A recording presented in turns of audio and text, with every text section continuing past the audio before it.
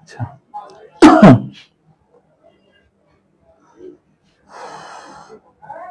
আসসালামু আলাইকুম, শুভ সকাল সবাইকে। সবাইকে স্টুডেন্ট কেয়ার কোচিং সেন্টারের পক্ষ থেকে শুভেচ্ছা ও স্বাগতম।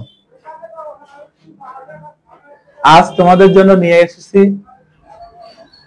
এসএসসি ব্যাচ 2025 এর ইংলিশ সেকেন্ড পেপার। আজ আমরা কোয়েশ্চেন নাম্বার 2 নিয়ে আলোচনা করব। ক্লাসটি যদি তোমাদের অবশ্যই ভালো লেগে থাকে তাহলে আমাদের Facebook page student care coaching centre এবং আমাদের ইউটিউব পেজ এডুকেটিভ মিডিয়া 24 এইগুলাতে লাইক, কমেন্ট এবং সাবস্ক্রাইব করে পাশে থাকবেন। তো লেটস স্টার্ট। আজকে তোমাদের জন্য আমরা টেস্ট পেপার থেকে কোয়েশ্চেন নাম্বার 2 একটা সিলেক্ট করছি, সেটা তোমাদেরকে বিস্তারিত এবং সুন্দরভাবে বুঝায় দেওয়ার চেষ্টা করব। তো খেয়াল করি সবাই,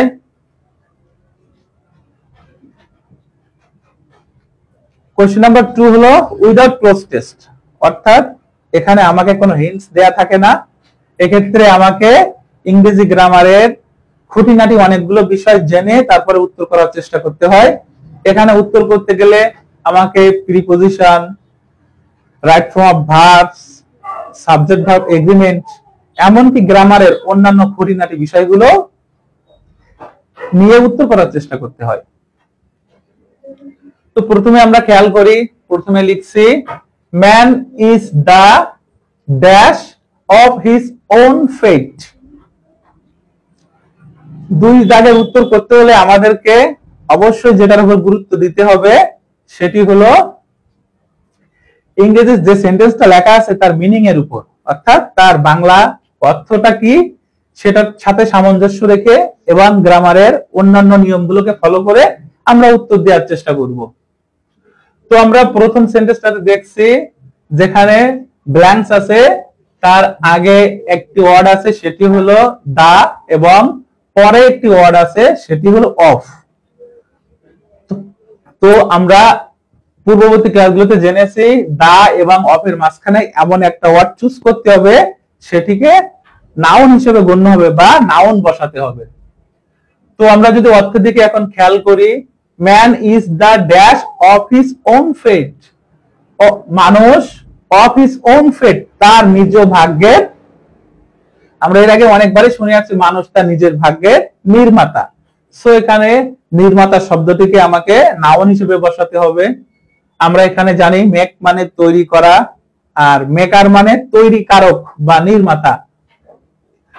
এছাড়া আমরা জানি যদি কোনো ভার্ব থাকে সেটির সাথে যদি আমরা ইআর যোগ করি সেটিকে নাউন বানানো যায়। যেমন মেক থেকে আমরা বানাতে পারি মেকার, রাইট থেকে রাইটার, স্পিক থেকে স্পিকার, এটসেট্রা। সো এখানে উত্তর হিসেবে আমরা চুজ করতে পারি অবশ্যই man is the maker of his own fate. মানুষ তার নিজ ভাগ্যের নির্মাতা। If he makes a proper dash of time, if যদি he makes সে করে a proper একটা উপযুক্ত dash of his time তার সময়ের। তো আমরা এখানে আবারও ফিলিং দ্য ব্ল্যাঙ্কস এর সামনে পিছে খেয়াল করব। আমরা শুরুতে দেখছি যেখানে ব্ল্যাঙ্কস লেখা আছে তার আগে একটা অ্যাডজেক্টিভ ওয়ার্ড লেখা আছে, কিংবা সেটিকে যদিও আমরা না বুঝি তাহলে আমরা তার আগে অর্থটিকে যদি খেয়াল করি সেখানে দেখব এ লেখা আছে আর ব্ল্যাঙ্কস এর পরে অফ লেখা আছে। আমরা জানি এ এন্ড দি এগুলোকে ডিটারমিনার বলা হয়। আর যদি কোনো সেন্টেন্সে ডিটারমিনারের ব্যবহার থাকে এবং পরে প্রিপজিশনের ব্যবহার থাকে বা অফ এর ব্যবহার থাকে সেক্ষেত্রে আমরা সেই শূন্যস্থান এ থেকে শুরু করে অফ এর ভিতরে যদি একটা শব্দ থাকে সেই একটি শব্দকে আমরা নাউন লিখব। যদি দুইটা শব্দের ব্যবহার করতে হয় আমরা প্রথমটাকে অ্যাডজেক্টিভ এবং দ্বিতীয়টাকে নাউন হিসেবে লিখব, কারণ আমরা জানি যে অ্যাডজেক্টিভের পরে নাউন ওয়ার্ড ব্যবহার করতে হয়। সো এখানে ঠিক সেইরূপ অর্থের সাথে মিলিয়ে আমরা একটা নাউন ওয়ার্ড ব্যবহারের চেষ্টা করব। ইফ হি মেক্স, যদি সে করে, এ প্রপার, একটা উপযুক্ত বা সঠিক সময়ের কি উপযুক্ত বা সঠিক কি করতে পারে, বন্টন, বিভাজন। তাহলে আমরা কি বলতে পারি, ডিভিশন, যদি সে ভাগ করে নেয় বা বন্টন করে নেয়। If he makes a proper division of time, যদি সে সময়ের সঠিক বন্টন করে, এন্ড এবং ডাজ হিজ ডিউটিস, এবং তার কর্তব্যগুলোকে করে অ্যাকর্ডিংলি মানে অনুরূপ ভাবে। তার মানে আমি যেমনটা চাইছি ঠিক তেমন ভাবে কোনো কিছু করাকেই বলা হয় অনুরূপ ভাবে। And does his duties accordingly, এখানে আমরা একটা ওয়ার্ড গ্রহণ করব, সেটা অ্যাডভার্ব হিসেবে, কারণ আমরা সেন্টেন্সে ফলো করছি, সেন্টেন্সের ভিতরে সাবজেক্ট ভার্ব ব্যবহার করা হয়েছে, কিংবা প্রিপজিশন কিংবা নাউন প্রোনাউনের সঠিক ব্যবহার করা হয়েছে। এখানে অ্যাডভার্ব ওয়ার্ডটা যুক্তিযুক্ত, সো আমরা অ্যাকর্ডিংলি ওয়ার্ডটাকে নিতে পারবো। And does his duties accordingly, এবং সেই অনুযায়ী কাজ করে। হি ইজ শিওর, সে নিশ্চিত, টু ইমপ্রুভ, সে নিশ্চিত উন্নতি করবে। এন্ড ড্যাশ ইন লাইফ, এখানে আমাকে একটা জিনিস খেয়াল রাখতে হবে, সবসময় আমরা ইংরেজি গ্রামারের উত্তর করতে গেলে, বিশেষ করে যেখানে ব্ল্যাঙ্কস থাকবে, তার আগে এবং পরের ওয়ার্ডগুলোকে দেখে অনেকটা উত্তরের কাছাকাছি যাওয়ার চেষ্টা করব। যেমন যেহেতু আমরা এই ব্ল্যাঙ্কস এর আগে এন্ড দেখতে পাচ্ছি, আমরা জানি এন্ড এর দুই পাশে সিরিজের ব্যবহার করা হয়। এন্ড এর দুই পাশে সিরিজ অর্থাৎ সমজাতীয় পার্টস অফ স্পিচের ব্যবহার করতে হবে। যেমন আমরা এন্ড এর আগে দেখছি ইমপ্রুভ লেখা আছে, ইমপ্রুভ হলো ভার্ব, অবশ্যই আমরা এন্ড এর পরবর্তী ওয়ার্ডটাকেও ভার্ব হিসেবে লিখব। তো আমরা সেন্টেন্সের সাথে মিলিয়ে যদি একটা ওয়ার্ড লিখি, এখানে সবচেয়ে মজার একটা বিষয় হলো আমরা এই উত্তরগুলো করার সময়, যেহেতু এখানে উইদাউট ক্লোজ টেস্ট কোনো ওয়ার্ড দেয়া থাকে না, আমরা যদি একটা ওয়ার্ডকে যুক্তিযুক্ত মনে করি যেটা সেন্টেন্সটির সাথে যাবে, আমরা সেটিকে লিখতে পারবো। যেমন এখানে টু ইমপ্রুভ একটা ভার্ব ব্যবহার করলাম, এন্ড প্রসপার ইন লাইফ, এবং জীবনে উন্নতি করবে বা সমৃদ্ধি আনবে। তো আমরা যদি এখানে প্রসপার না ব্যবহার করে শাইন ব্যবহার করি তাও হবে, যদি আমরা সাকসিড ব্যবহার করি তাও হবে, কারণ এগুলো হলো সমজাতীয় ওয়ার্ড বা সিনোনিম ওয়ার্ড, এগুলো আমরা এখানে ব্যবহার করতে পারবো। তো আমরা একটাই চুজ করি, যেহেতু উত্তরে দুই তিনটা আমরা লিখবো না। He is sure to improve, সে অবশ্যই বা নিশ্চিতভাবে উন্নতি করবে। এন্ড প্রসপার ইন লাইফ, এবং জীবনে সমৃদ্ধি আনবে বা এটা উন্নতি করবে। বাট, কিন্তু, ইফ হি ডাজ নট, যদি সে, ডাজ নট হলো একটা নেগেটিভ ওয়ার্ড, ডাজ নট হলো অক্সিলারি ভার্বের সাথে negative form.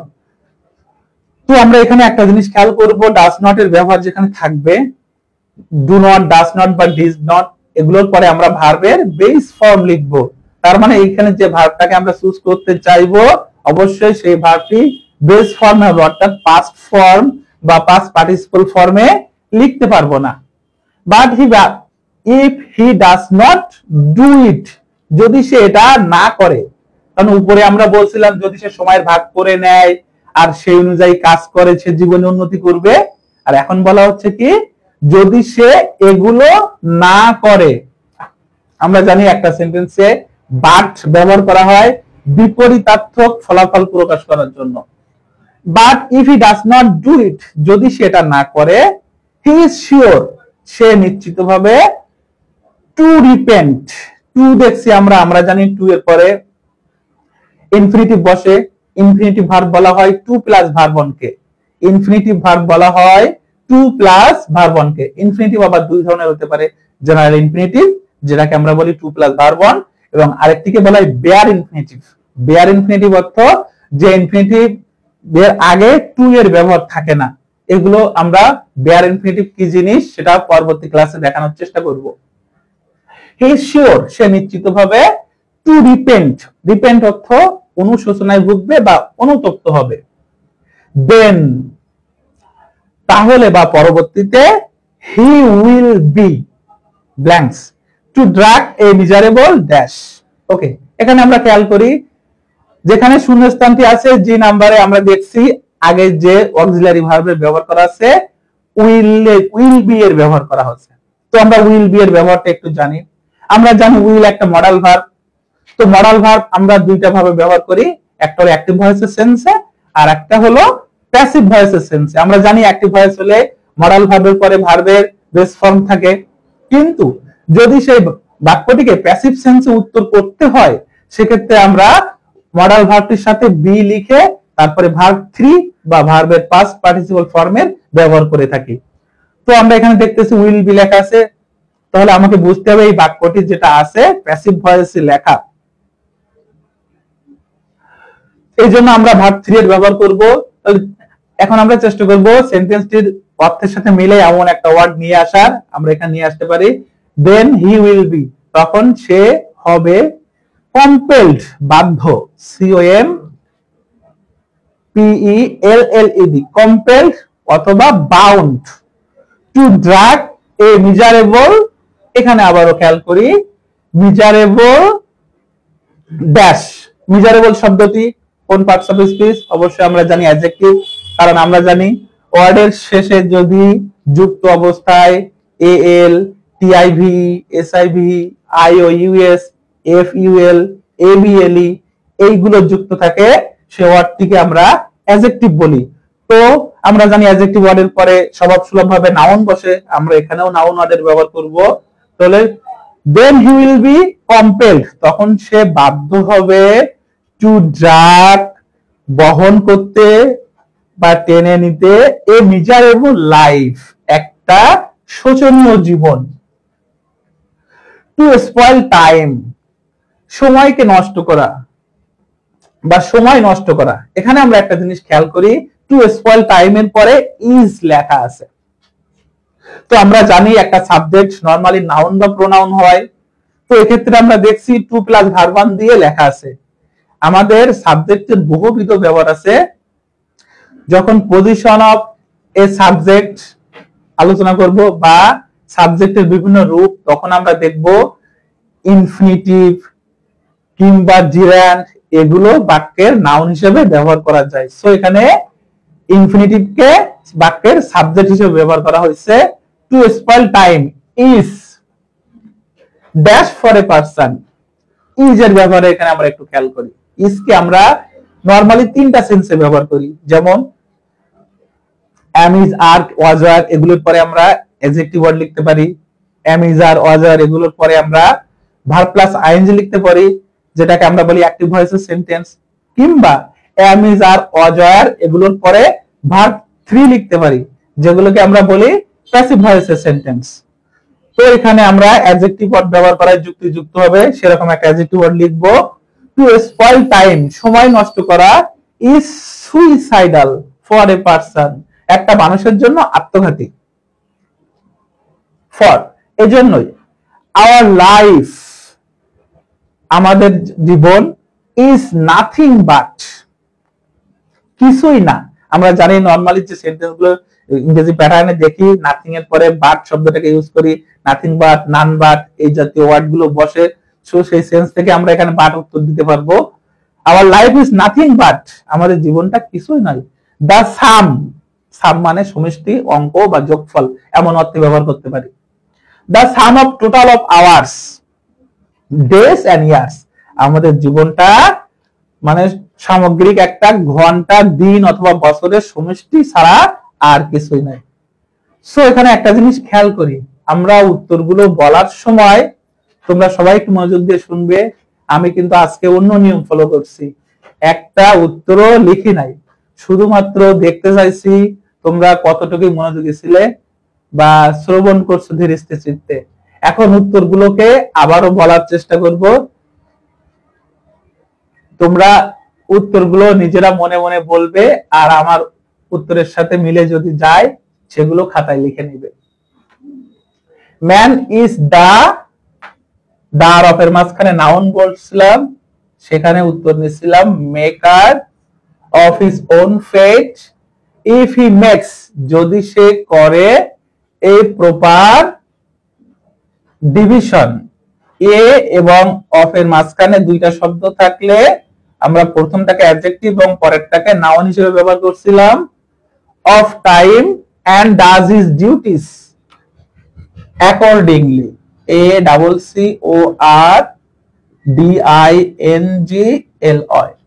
Accordingly, he is sure to improve and বলছিলাম and এর দুই পাশে সমজাতীয় পার্টস অফ স্পিচ বসে, সো এখানে ভার্ব ছিল, পরেরটাও একটা ভার্ব লিখছিলাম, সেটা লিখছিলাম prosper in life, but if he does not, এখানে বলছিলাম যে do not, does not, did not এগুলোর পরে ভার্বের প্রেজেন্ট ফর্ম বসে, সো আমরা do কে চুজ করছিলাম, do it, he is sure to repent, এখানে বলছিলাম to এর পরে ভার্বের প্রেজেন্ট ফর্ম বসে, then he will be, এই যে will be এখানে বলছিলাম যে মডাল ভার্বের পরে be বসে ভার্ব 3 লিখতে হয়, সো আমরা একটা v3 লিখছিলাম এখানে, compelled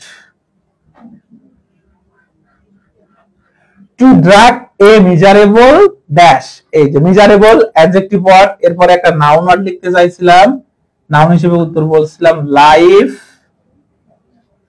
to spoil time is suicidal, SUICIDAL, suicidal for a person, for our life is nothing but the sum of total of hours, days and years. তো সুপ্রিয় শিক্ষার্থীরা, আজকে দেখানোর চেষ্টা করলাম ইংরেজি সেকেন্ড পেপার কোশ্চেন নাম্বার 2। এখানে যে ছোট ছোট নিয়মগুলো বললাম সেগুলো যদি তোমরা মনে রাখার চেষ্টা করো কিংবা তোমাদের খাতাতে নোট ডাউন করে রাখো, তাহলে পরবর্তী ফিল ইন দ্য ব্ল্যাঙ্কস গুলো উত্তর করতে তোমাদের জন্য কিছুটা সহায়ক হবে। আশা করি ক্লাসটা সবাই মনোযোগ দিয়ে শুনছো। আমাদের ক্লাসটা যদি ভালো লেগে থাকে তাহলে আমাদের আবারও তোমাদের কাছে রিকোয়েস্ট, আমাদের যে Facebook page student care coaching centre এবং ইউটিউব পেজ এডুকেটিভ মিডিয়া 24 দুইটাকে ভালোবেসে লাইক, কমেন্ট এবং সাবস্ক্রাইব করে পাশে থাকবা। আজকে এই পর্যন্ত, সবার জন্য সুস্বাস্থ্য কামনা করি। আল্লাহ হাফেজ।